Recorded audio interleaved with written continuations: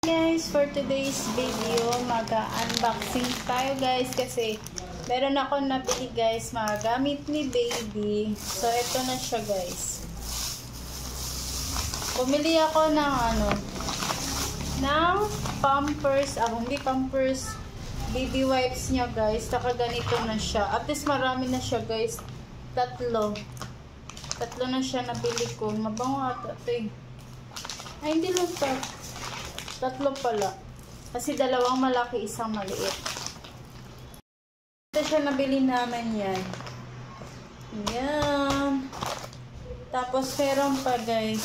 Pumili ako nito pang niya sa buti. Kasi kailangan talaga to siya guys. Yan sa buti guys. Kasi alam nyo na, di ba pang maghugas ng buti, ito yung kailangan. Tapos ito yung maliit. Ito yung sa mga gilid-gilid talaga sa buti.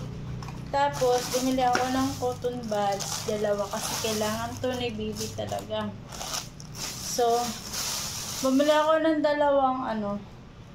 dalawang alcohol guys. Kasi, may bibili na ako na, na troller. Yung lalagay lahat ng gamit ni baby. Sanitizer ko yun. Ito, dalawang binili ko para siya, hindi maubos agad. Tapos, bumili din ako ng cotton buds sa pang baby. Tsaka ito yung baby kulon. Pero di pa naman talaga pwede magkulon yung baby pa. So, bumili lang ako nito kasi pag 1 month, pag siguro 3 months, pwede na siguro pabanguan si baby. So, ayun guys. Itong bumili ako ng Pampers pang newborn kasi kailangan talaga to ni baby. Hindi to sponsor ha. Binili ko lang to. Newborn yung binili ko guys kasi di pa naman, newborn pa naman talaga. So bumili na ako guys kasi sa April 8 months na si baby, sa May 9 months na. So kailangan na akong ng mga gamit ni baby na gandahan. So ayun lang guys, ito lang talaga nabili ko. Tapos meron pa akong nabili nito. Siya. Ito. Sobrang nagandahan ako nito guys kasi ito siya. Ganda. Ano siya? 0 to 3 months ata to siya. Yan.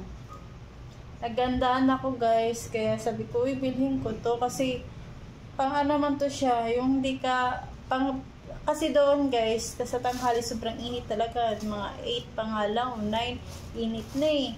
So, ito siya. Yan, sobrang ganda. Diba? Tapos meron pang isa nito. Halos magkapareho lang pero ibang kulay. Yan lang. So nagandahan ako talaga. So ayun lang guys. Yun lang talaga yung binili ko guys. Kasi meron ako nabili. Hindi ko pa talaga napakita sa inyo. So ayun. Ipapakita ko yun sa inyo pag naayos ko na yung kwarto doon. Para maano ko na yung mga gamit ni baby. Ma-arrange. Ang kulang na lang sa akin yung crib, bathtub, tsaka yung sterilize niya sa buti.